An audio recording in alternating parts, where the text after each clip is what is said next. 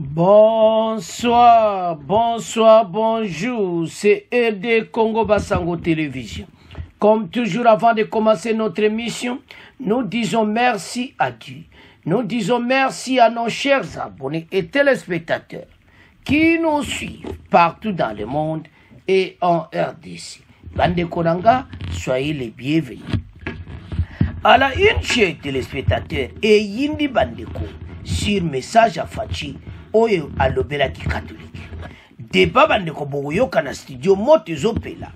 Comment catholique a qualifié yango et puis comment Fachi alobeli bango ndeni message mwekepa ba Congolais. Alors, Bogoyoka na plateau Donatien Chole batune question Bandeko akangamia. Azoko koloba te. Mokonza mboka tomboki na bango. Agangeli bango. Donc d'une manière moko donc très propre. Parce que c'est trop catholique Alexis.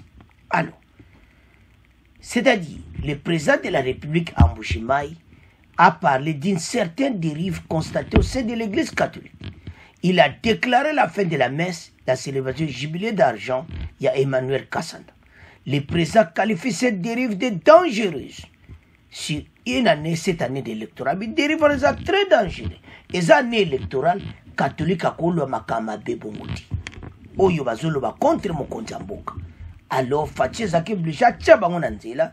Yango yena débat, boko yoka. Ezaya koninga na plateau, mchole à côté, kusema pe côté à Fachi pe à côté, do makambo eza minene. Catholique, maele sili. Jusqu'à kusema expliquer que mutabanda ki yango ezalaki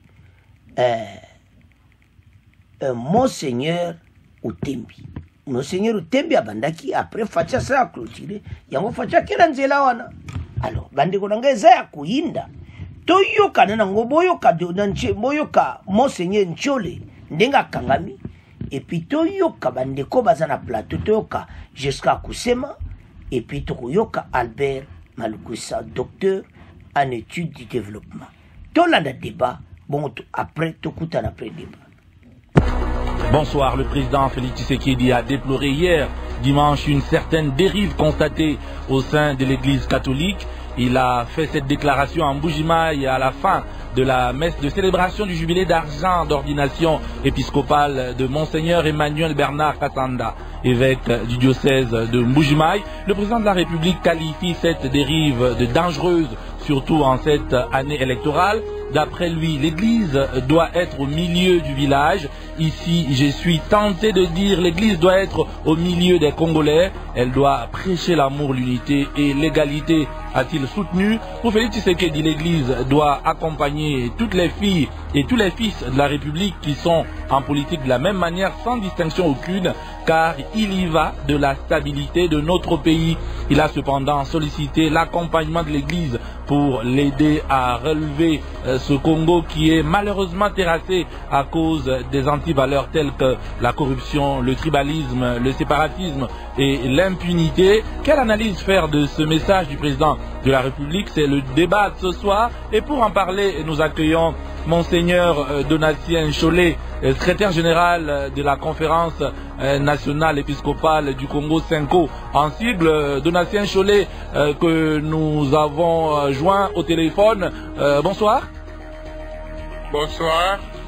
Mais également parmi nos invités de ce soir, Giscard Koussema, qui est dans notre studio ici à Radio Okapi. Bonsoir. Giscard Koussema, vous êtes directeur adjoint de la cellule de communication de la présidence de la République. Et enfin, Albert Malukisa, docteur en études de développement et directeur du pilier gouvernance à l'Institut Ebouteli, partenaire du groupe d'études sur le Congo, GEC en sigle. Albert Malukisa, bonsoir. Bonsoir, monsieur Donatien. Le président de la République s'est longuement exprimé, bien sûr, dans cette adresse. Et là, c'est juste un extrait de cette communication. Monseigneur Donatien Chole, secrétaire général de la conférence nationale épiscopale du Congo, Senko, vous le savez peut-être, des analyses variées se font lire et entendre dans l'opinion depuis cette prise de parole du président Félix Tshisekedi hier. De votre côté et du côté de l'Église catholique, quelle lecture vous faites de cette adresse du président Félix Tshisekedi hier à Mbujimayi? Oui, vous êtes en ligne, Monseigneur Donatien Cholet. Quelle est la lecture que vous, mais aussi l'ensemble de l'Église catholique, faites de cette communication du président de la République? Je crois que le président de la République n'a pas lu l'entièreté du message. Il se serait contenté d'une sorte de pêche à la ligne que les siens lui ont rapporté. Je pense que s'il avait lu froidement le message, il ne parlerait pas de dérive, parce que l'unique référence pour parler de dérive, c'est la doctrine sociale de l'Église. Et à lire ce message, s'il faisait allusion à ce message, du début à la fin, on est vraiment dans la doctrine sociale de l'Église catholique. Donatien Cholet, justement, de quel message vous parlez en ce moment? Celui du président de la République ou peut-être une autre communication de la SENCO? Non, je suppose que le président de la République fait référence au dernier message de l'Assemblée plénière des évêques. Nous ne le savons pas. Peut-être que vous, justement, vous étiez en train d'en parler. Donnez-nous votre sentiment. Allô? Oui, Donatien Cholet, vous avez le micro. Vous étiez en train d'expliquer que selon vous, le président de la République, dans son propos d'hier, a, selon vous, répondu ou répondait à une adresse de la SENCO, la récente adresse de la SENCO. Oui, la dernière adresse de la SENCO, c'est le titre, c'est pour des élections crédibles, peuple congolais, réveille-toi de ton sommeil. Je crois qu'il ferait allusion à ces messages-là, et je ne vois pas si c'est vraiment ça. Si c'est pas ça, alors son communicateur n'a qu'à nous dire. Si c'est ça, c'est vraiment conforme à la doctrine sociale de l'Église, et si vous revisitez l'histoire de notre pays, ce n'est pas nouveau. En pareille circonstance, l'Église a toujours réagi de cette façon. Alors, selon vous, le président a donc pris la parole à cette occasion pour réagir à cette communication. Mais on doit dire les choses dans leur contexte. Le président prenait la parole à l'occasion du jubilé de Monseigneur Kassanda, et en de pareilles circonstances, l'auteur d'une adresse tient compte du contexte, et nous savons que dans ce message qui est assez long du président de la République, il s'adresse à un moment donné au lauréat, à la personne concernée, donc Monseigneur Kassanda. Il s'adresse aussi à un autre moment au président de la SENCO, Monseigneur Outembi.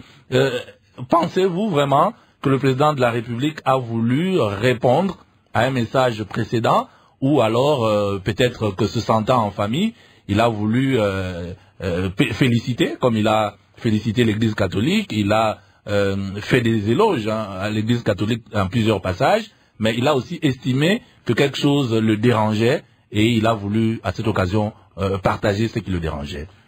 C'est vrai ce que vous dites là, mais je ne vois pas aujourd'hui, à cette occasion-là, ce qui devrait faire qu'il puisse se parler. Il était enragé quand il parlait, si vous l'avez bien observé. Donc, c'est pour ça que je fais allusion au tout dernier message que les gens ont interprété comme toujours de plusieurs manières. Mais je suis content qu'il a reconnu la nécessité de pouvoir collaborer avec l'Église catholique, et compte encore sur l'accompagnement de l'Église catholique pour défendre des valeurs, et c'est ce que l'Église a toujours fait, c'est ce que l'Église continuera à faire. Secrétaire général de la Conférence nationale épiscopale du Congo, SENCO, Monseigneur Donatien Cholet, vous avez le droit tout à fait de donner votre analyse du propos, mais aussi de tout ce qui encadre le propos, c'est-à-dire la gestuelle, les expressions, et selon vous, vous dites que le président n'était pas de bonne humeur quand il s'adressait à ça, mais comme je vous dis, nous qui avons reçu le texte, sauf si ce texte n'est pas l'original, on lit et on entend quelqu'un qui parle avec admiration, notamment lorsqu'il parle de Monseigneur Kassanda, il reconnaît que c'est un homme de valeur. Et quand il parle à Monseigneur Outembi, il dit merci beaucoup des propos bienveillants que vous avez eus à notre adresse. Mais à côté de ces propos, je voulais, je le paraphrase, et le communicant du président tout à l'heure pourra dire si nous sommes dans la bonne analyse, quelque chose me dérange, certains d'entre vous, il le dit hein, d'ailleurs dans ses mots, se comportent dans une tendance à diviser le peuple. Est-ce que c'est être enragé, ça, pour vous? Non, non, c'est-à-dire, bon, je vois les tons, je connais le président de la République, hein, c'est plusieurs fois que je l'ai fréquenté. C'est un homme sincère, quand il parle, on sait voir quand il est content. Il est content quand il n'est pas. Vous ne me direz pas le contraire que quand il parlait, on voyait bien que... Donc vous le confirmez. Donatien Chollet, selon vous, le président a été un peu diplomate, même si beaucoup de gens pensent qu'ils ont bien compris le président. Il parle de dérive. Est-ce que vous pouvez nous expliquer de quelle dérive il s'agit, à quoi fait-il allusion de manière plus claire? C'est à lui d'expliquer, mais moi je dis simplement, pour parler de l'Église, parce que l'Église interfère en politique, parce que là c'est un politicien qui parle, c'est sur les questions sociopolitiques.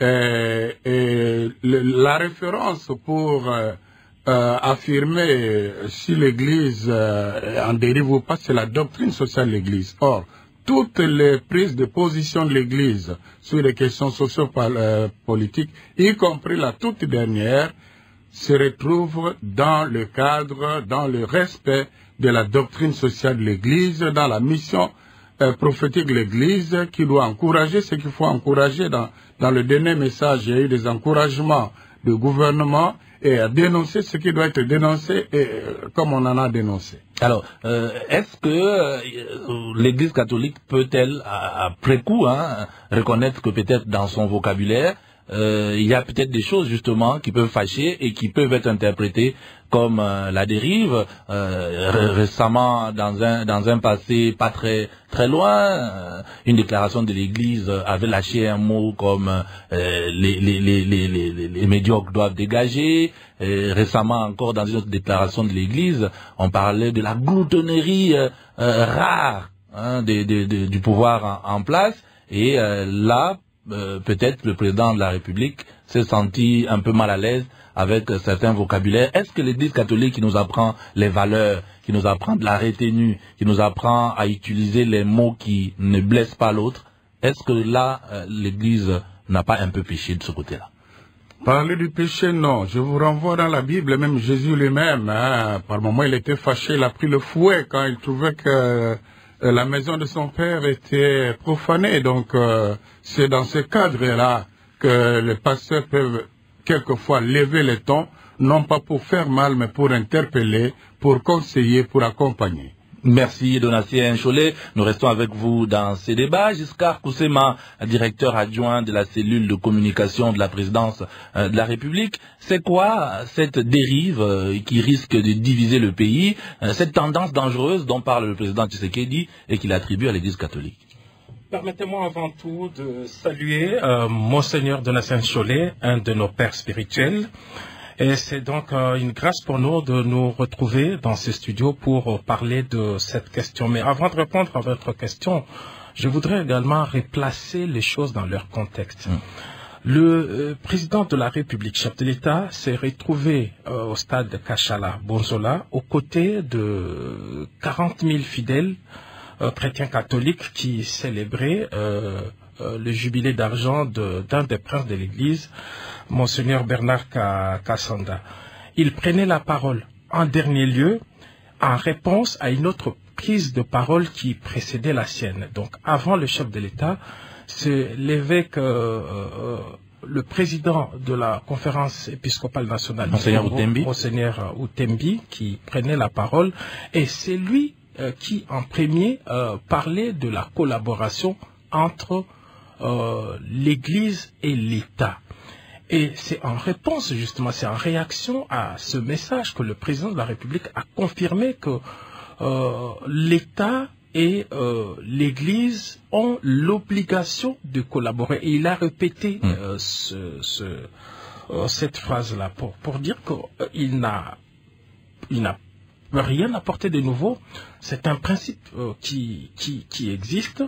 Je vois aussi qu'il y a une lecture partielle du message du président de la République. Les chefs de l'État, comme vous l'avez bien rappelé ici, a commencé par porter témoignage de cette notabilité très respectée au sein de l'Église et même au sein de la communauté locale. Monseigneur Bernard Kassanda, tout comme le président de la SENCO, il a loué de manière générale le travail que fait l'Église dans la vie de notre nation. Et donc, il n'était pas question ici de s'attaquer personnellement à un prince de l'Église, à un évêque ou à l'Église de manière générale. Donc, le président de la République a commencé d'abord par, comme je l'ai dit, à admettre que, effectivement, à marteler sur un principe qui voudrait que l'Église est aujourd'hui les partenaires de l'État congolais.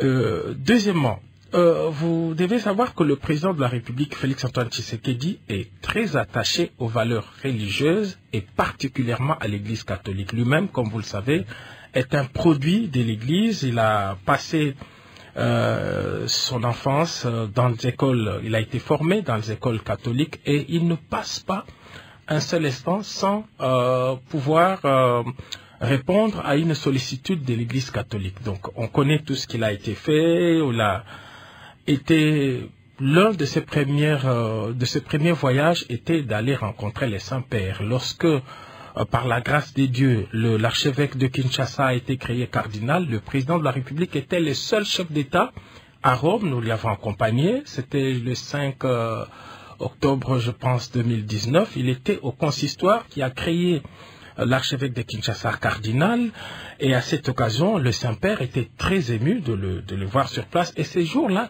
qu'a été négocié finalement le voyage apostolique. Tout ça, on a l'impression qu'on connaît, mais pourquoi le président de la République, fort de toute cette reconnaissance, de toute cette bienveillance, a quand même trouvé que c'était important, parce que c'était quand même, rappelons-le, que c'était un événement plus ou moins festif.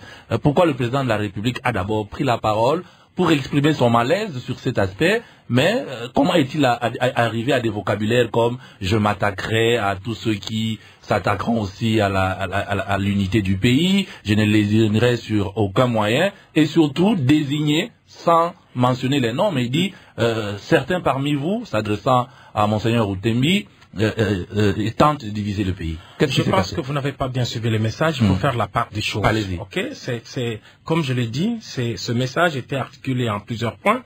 En premier lieu, il a rendu hommage à l'évêque jubilaire, il a rendu hommage au président de la SENCO, il a rappelé les rôles de l'Église, et puis il a réagi justement à ce que vous appelez dérive. Si on reconnaît à l'Église son rôle prophétique ou sa doctrine sociale, c'est le président qui appelle ça dérive.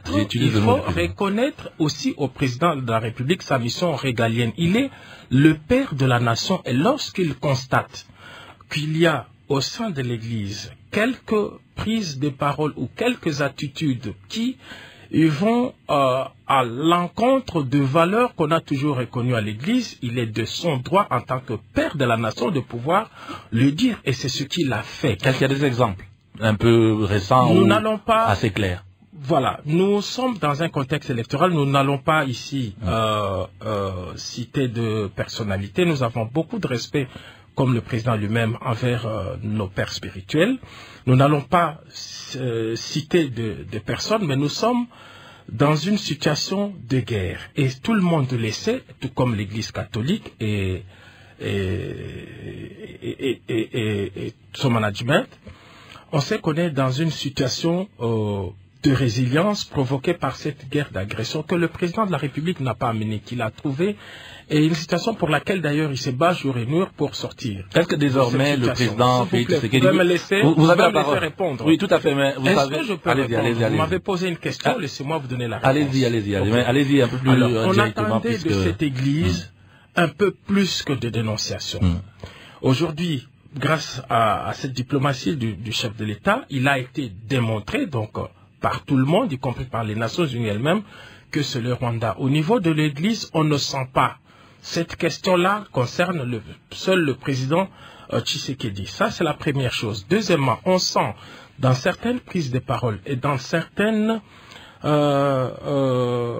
postures publiques qu'il y a de l'impartialité, alors que le rôle de l'Église, c'est celle d'être au milieu du village, ça on le sait. Dans un contexte électoral, certaines prises de parole sont ouvertement comprises comme étant de partis pris. On a vu un débat. Un débat social, c'est pas un débat institutionnel parce que cette question sur la loi de la nationalité n'a jamais été prise par une institution comme la présidente de la République. C'est une question, c'est un débat public. Mais on a senti dans les chefs de certains princes de l'Église carrément un parti pris. Ils ont pris fait et cause pour certaines personnes. Et le président de la République l'a bien rappelé. Il a bien rappelé, donc c'est pas à nous de donner des exemples. Il a dit, on ne peut pas comprendre dans une année électorale et que l'Église qui est censée être au milieu du village, l'Église qui est censée réunir des personnalités comme cela a toujours été fait, comme on le voit partout, comme on le voit au Mali. Aujourd'hui, l'imam Diko, ils sont dans un pays musulman. Tout le monde recourt vers l'imam Diko pour être le médiateur. C'est lui qui vient mettre ensemble. Nous sommes dans un débat. Permettez-nous de placer un mot. On sent ici que l'Église se range d'un côté. Et à partir de ce moment-là, alors comment voulez-vous que le président de la République, qui est le garant du bon fonctionnement des institutions, qui est le symbole de la nation, ne puisse pas le déclarer malgré tout son amour personnel qu'il porte vers cette Église. Alors le président de la République, dans cette adresse, réitère qu'il se sent démocrate, il dit qu'il le restera, mais est-ce que le président de la République n'accepte-t-il pas désormais ou se met dans une situation de quelqu'un qui ne veut plus accepter aucune critique? Non, écoutez, il ne faut pas comprendre de travers ces messages du président de la République qui s'adressait à tous ceux qui torpille la souveraineté de l'État. N'oubliez pas que nous sommes dans un contexte de guerre et que dans toutes ces prises de parole publiques, le président de la République revient toujours sur sa détermination de pouvoir régler cette question. Donc, il ne faut pas faire le mélange avec cet extrait qui concernait l'attitude de certains, il a bien dit, nous l'avons signalé ici aussi, de l'Église. Là, il s'agit simplement de sa fonction régalienne. C'est un message qu'il a toujours répété, c'est pas la première fois qu'il est dit. Il a ce pouvoir-là, et l'Église d'ailleurs le reconnaît, ce pouvoir-là, de pouvoir assurer... Il a donc saisi cette occasion pour le répéter une fois. Merci Giscard Koustema, nous restons aussi avec vous dans ces débats. Albert Maloukissa, docteur en sciences du développement et directeur du pilier gouvernance à l'Institut Ebouteli, partenaire du groupe d'études sur le Congo GEC. Albert Maloukissa, quelle est votre analyse de cette situation qui paraît aux yeux de l'opinion comme une polémique et qui ne semble pas rapprocher, vous l'avez constaté avec nous, l'Église catholique et de l'autre côté le président de la République? Merci beaucoup, M. Dona Madimba. J'en profite aussi pour saluer Monseigneur Donatien Cholet et Giscard Koustema. Je pense qu'il faut partir déjà, suivre une approche historique pour comprendre que les relations entre l'Église et l'État sont toujours à dents de scie. Quand on est au pouvoir et l'Église tient un discours critique vis-à-vis du pouvoir, généralement, du côté pouvoir, on dit que l'Église est du côté opposition et vice-versa. Je pense que dans ce qui s'est passé, il faut d'abord tenir compte d'une série d'événements qui ont, je pense, de mon point de vue, énervé le président et le régime. D'abord, il y a eu la visite du pape à Kinshasa, et vous avez suivi Andolo, le discours du cardinal. Et après, le pape a reçu les jeunes catholiques au stade des martyrs. C'est qu'on chantait pour Kabila, on l'a chanté pour Félix Tshisekedi, Yebela Manda et Sili. Voilà. Il y a eu la loi Tchani. Le cardinal Fridelo Ambongo a pris la parole pour s'exprimer. Et il a invité évidemment les chrétiens catholiques à ne pas accepter cette loi compte tenu des dangers qu'elle présentait ou qu'elle présente pour même l'unité de la nation congolaise. Et on a vu également l'opposant Moïse Katumbi à côté du cardinal. Ça donnait à des spéculations du côté du régime en place. Mais au fait, quand vous passez en revue même les discours antérieurs du président de la République, de ses proches concernant l'Église catholique, quand vous regardez les combats que cette Église a menés pour qu'il y ait alternance pacifique au Congo, en RDC, et quand vous voyez comment cette Église s'est battue même à l'époque de la coalition Cash-FCC qui bloquait effectivement la main des institutions, là, on pouvait applaudir pour l'Église. Alors moi, j'ai situé le problème dans une perspective électorale. Le président est en compétition avec certains candidats et le discours de l'Église, est-ce qu'elle est partisane? Est-ce qu'il est, il est partisan? Je ne pense pas parce que ces discours... Est-ce que c'est compliqué? C'est compliqué pour l'Église, un peu comme le président dit dans son message, de rester... Ça racine dans les préoccupations de la population. Oui, ça c'est l'argumentaire régulièrement présenté. Mais est-ce que c'est possible? L'Église est là pour défendre les opprimés, pour défendre les pauvres, pour défendre les biens. L'Église doit dénoncer le mal. Alors, est-ce qu'il y a eu un discours excessif au point d'irriter le président de la République? Est-ce qu'il y a des faits concrets? Quel est votre avis? Quel est votre avis dessus? Parce que on peut citer quelques vocabulaires qui peuvent quand même froisser, aussi bien de l'autre côté que du côté de celui qui se plaint. Est-ce qu'il y a eu des propos dans le contexte actuel, est-ce qu'on peut démontrer, on peut évoquer clairement des faits qui démontre que l'Église est là pour la division. Jusqu'à Koussema a donné quelques exemples tout à l'heure. Est-ce que l'Église a prôné le tribalisme? Est-ce que l'Église a prôné les antivaleurs? Quand nous suivons ces discours-là des évêques, des prêtres de l'Église catholique, c'est un discours qui défend les valeurs. Selon jusqu'à Koussema, l'Église se penche trop vers un côté et oublie l'autre. C'est ça que je dis. C'est cet équilibre que nous sommes dans un contexte électoral. Donc tout ce que l'Église va faire, ça sera interprété de différentes façons selon qu'on est dans l'opposition ou au pouvoir. Voilà, c'est ça. Ça ne date pas d'aujourd'hui. Tout à fait. Mais globalement, les contextes ne sont pas les mêmes. Peuvent ne pas être les mêmes. Je ne peux pas l'affirmer. Peuvent ne pas être les mêmes.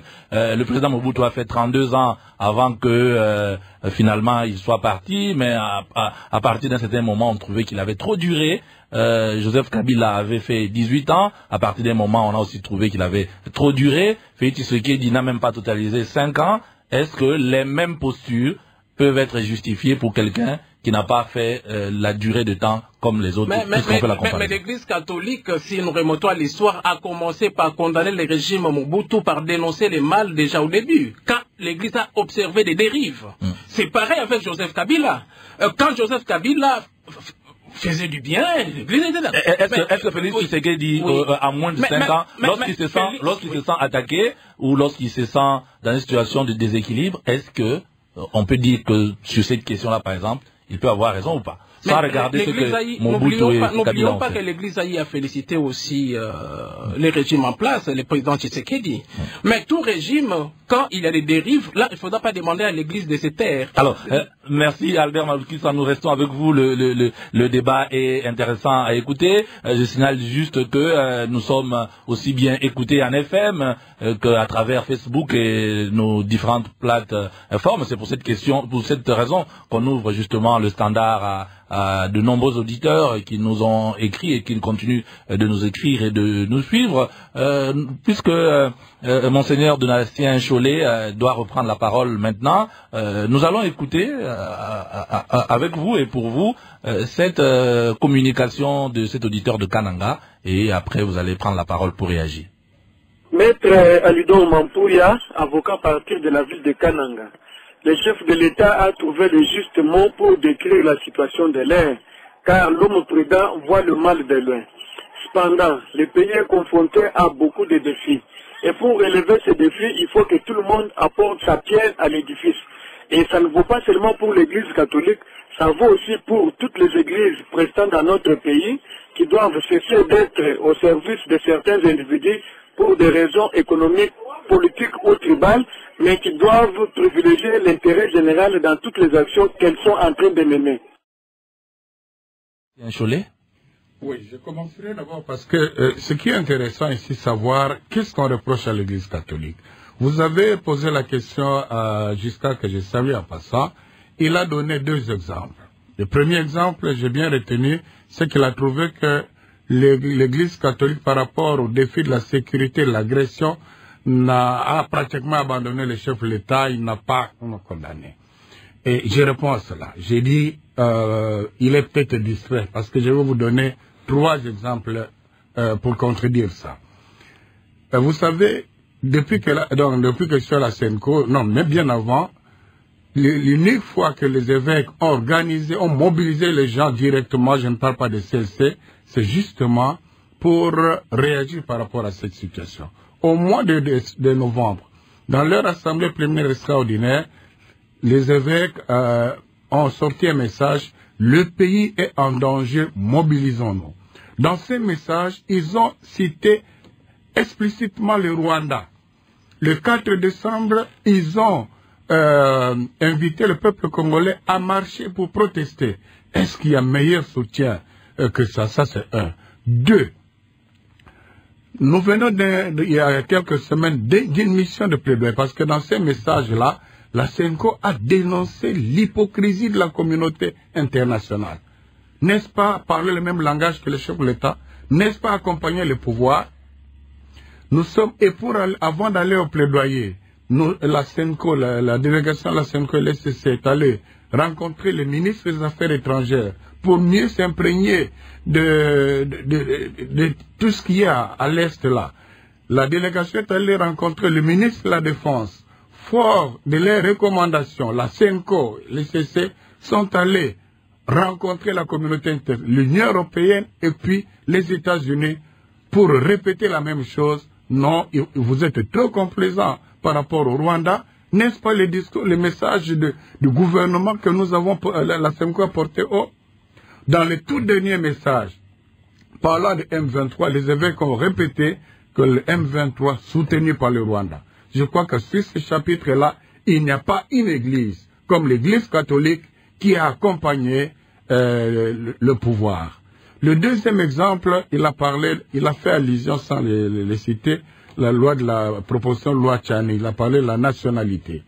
Il a considéré que les prises de position de l'Église sont allées d'un côté. Or, la prise de position de l'Église s'est référée d'abord à la Constitution. Ça signifie que la Constitution devient à côté. Parce que en réagissant contre, alors que l'Église justifie sa position par rapport au respect de la Constitution, par rapport à la cohésion nationale, c'est le message de juin 2021 que l'Assemblée plénière dit « Soyons unis ».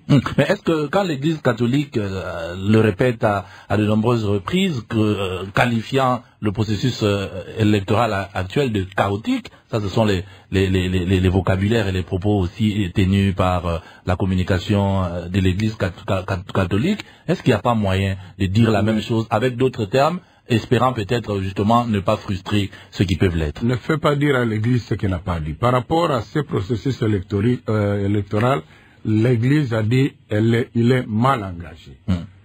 Pourquoi est-ce qu'il a dit qu'il est mal engagé? Parce qu'il y a 2 recommandations majeures qu'en tant que mission d'observation qui a été faite, qui jusque-là était butée au refus de la CENI. Il s'agit de la mise en place d'un cadre de concertation tripartite pour éclairer les questions, clarifier les questions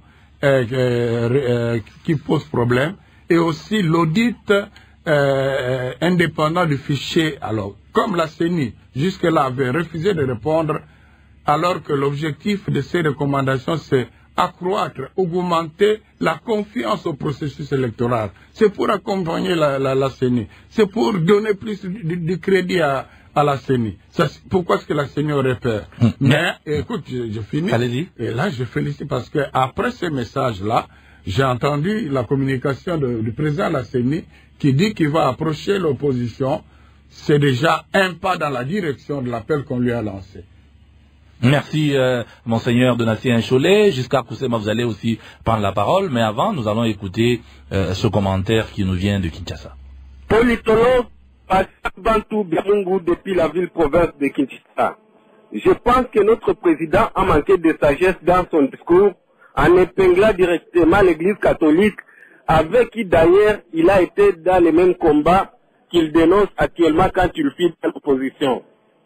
L'Église catholique qui a été aux côtés du peuple quand l'IDPS combattait les pouvoirs passés est la même que celle d'aujourd'hui. C'est plutôt lui qui doit se demander s'il n'est pas affecté par les kabylistes qu'il dénonçait hier, qui sont actuellement ses bras droits, que de jeter l'opprobre sur la seule Église qui n'a pas peur de lui dire la vérité, ni de le flatter, car avec sa déclaration, je crains que l'histoire des années 1992 puisse se répéter avec le massacre des fidèles, car celui qui ne supporte pas les simples revendications valables acceptera-t-il qu'il y ait marche au cas où? Jusqu'à Kousema. Je voudrais rappeler à notre auditeur, et je parle ici sous le contrôle de Monseigneur Donatien Cholet, que le président de la République n'est pas en guerre contre l'Église catholique. Je rappelle à notre auditeur que hier, au stade Kachala Bonzola, il était aux côtés du numéro 1 de l'Église catholique, le représentant légal, qui est le président de la Cinco, Monseigneur Marcel Outembi. Et le président de la République, tout comme Monseigneur Marcel Outembi, ont eu des mots justes pour rappeler ce que nous savons déjà, que l'Église et l'État sont obligés de collaborer. Cette phrase-là a été dite par le numéro 1 de l'Église catholique en RDC et par le président de la République. Donc, il ne faut pas confondre les choses, dire qu'ici que le président de la République serait lancé dans une guerre contre l'Église. Non, bien au contraire.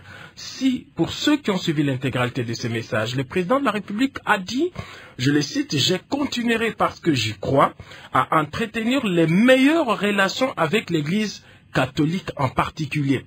Parole du président de la République prononcée hier dimanche à Kachala Bonzola. Donc, de ce côté-là, il n'y a pas de confusion à faire. Et le président de la République a reconnu d'ailleurs devant des princes de l'Église et devant les fidèles le combat que mène le président de la République. Donc, lui-même se présente d'ailleurs comme un fruit justement de ce combat aux côtés des proches parents qui sont parmi les cadres de l'Église catholique. Alors, le problème ici, le président de la République a dit qu'il y a parmi vous, il n'a cité personne. Il parlait devant les évêques. Y a-t-il, selon vous, à votre connaissance, quelqu'un qui J'ai dit que le président de la République est le père de la nation. S'il vous plaît, je crois que les 80 millions de Congolais et tous ceux qui sont à l'étranger suivent de plus près l'évolution la situation politique de notre pays. Ils savent ce qui se passe dans les chefs de certains, et qui ne parlent peut-être pas au nom de l'Église, j'insiste, parce que le numéro 1 de l'Église catholique était bel et bien au stade Kachala Bonzola. Il a eu des mots juste que le président de la République a d'ailleurs apprécié, et à son tour également, il a prononcé les mêmes mots envers lui et envers l'Église de manière générale. Donc, il n'y a pas de confusion. Non, non, nous répondons à la question. Maintenant, oui, le problème, c'est, nous avons bien dit ici, dans certaines postures, dans certaines attitudes de certains membres de l'Église, il a bien dit, il y a parmi vous.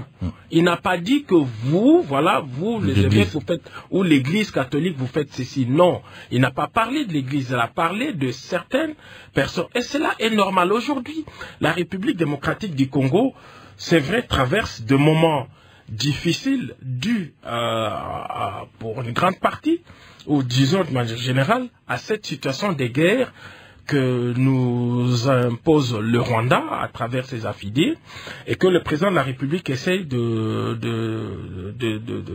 solutionner.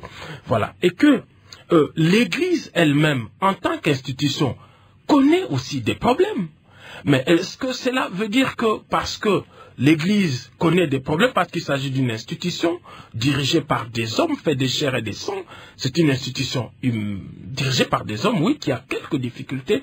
Est-ce que cela signifie qu'on doit jeter l'anathème sur toute l'Église? Non, donc l'Église, comme l'État, ont des problèmes qui ne sont pas créés par le président Tshisekedi, mais le président ce sont des problèmes qui sont liés à ces contextes, à ces contextes. Et donc on ne peut pas dire qu'il y a d'une part l'Église catholique avec les saints, et puis d'autre part l'État congolais avec les diables incarnés par le président. Non. Merci Giscard Koussema. Nous allons aussi prendre, toujours dans la continuité des réactions de nos auditeurs et de notre public qui nous suit. Pour vous, Albert Malukisa, cet auditeur de Bukavu.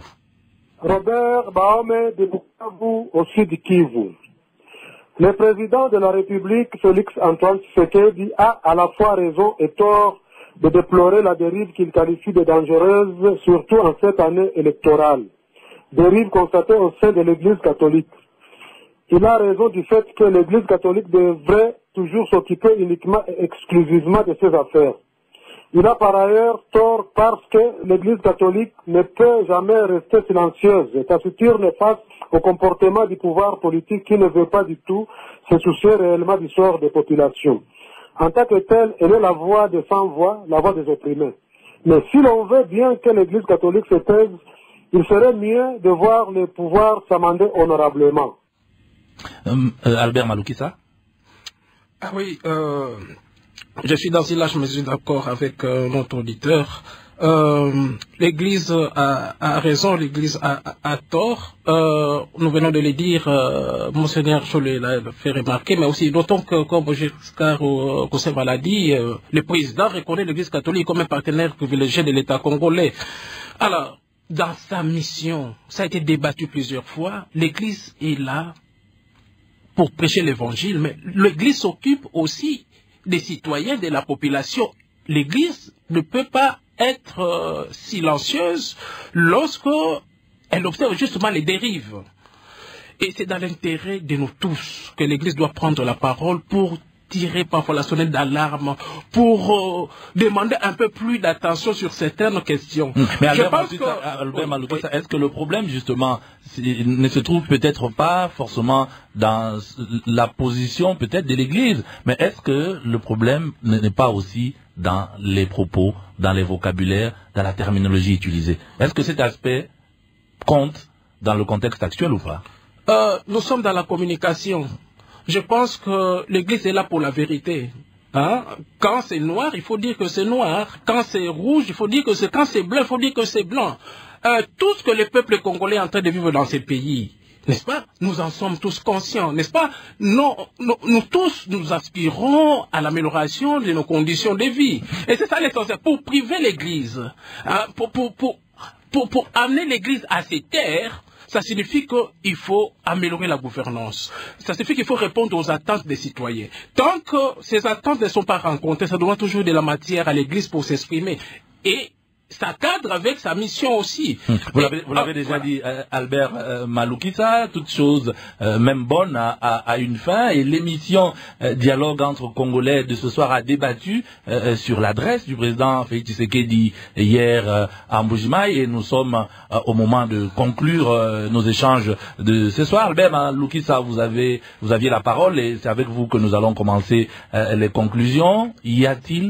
Sommes-nous dans une position de perte ou une position définitive de bagarre rangée entre l'Église catholique et le président de la République, ou bien c'est un passage qui est arrivé et que les choses vont rentrer à la normale bientôt, selon vous?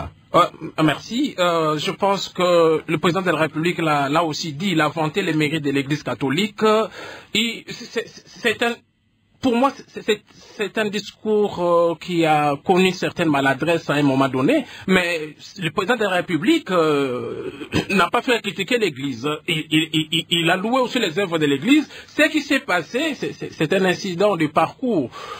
L'Église et le pouvoir et l'État congolais venaient même de signer des accords, et le président l'a bien dit que l'Église doit soutenir l'État, soutenir le gouvernement pour aller de l'avant. Merci Albert Malukisa. Giscard Koussema, est-ce que le président de la République est définitivement fâché avec l'Église catholique?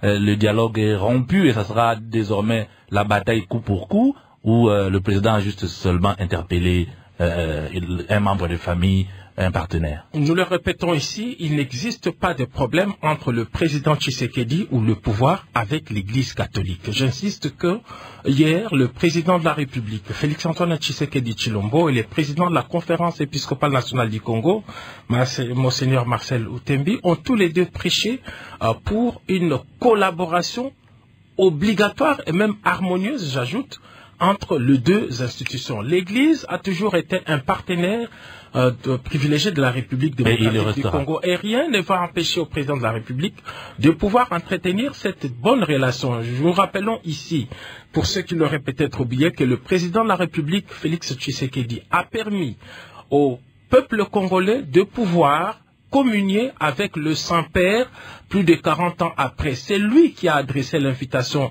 au papa, qui a répondu favorablement et qui est venu dans des circonstances exceptionnelles. Et vous avez vu que ça reste l'une des plus grandes missions apostoliques du pape ici. Le président de la République a toujours soutenu l'Église catholique dans toutes les fois qu'il y a un prince de l'Église qui est élevé en dignité.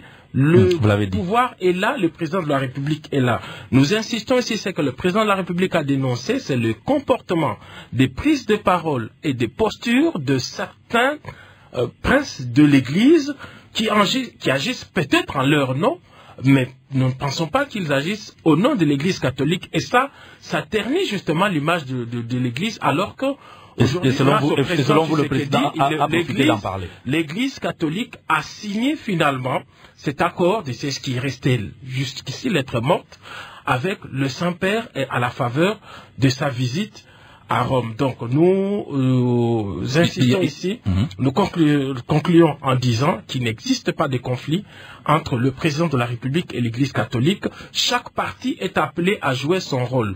Le rôle de l'Église, c'est celle d'être au milieu du village, c'est celle de réunir les enfants qui font partie de la famille de Dieu, pour qu'ils se mettent ensemble pour réfléchir lorsque le pays est confronté à une situation difficile comme celle d'aujourd'hui, et non pas de se ranger derrière un camp ou un autre.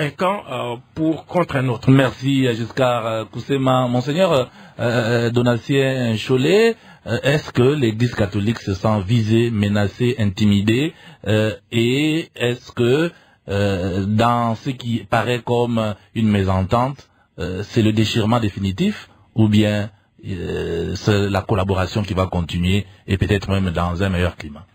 Eh bien, moi je ne vois pas l'Église être menacée, malgré les mots du président. Je ne vois pas l'intimidation, et puis l'Église ne sera jamais intimidée, mais je peux rassurer ici que l'Église catholique est une.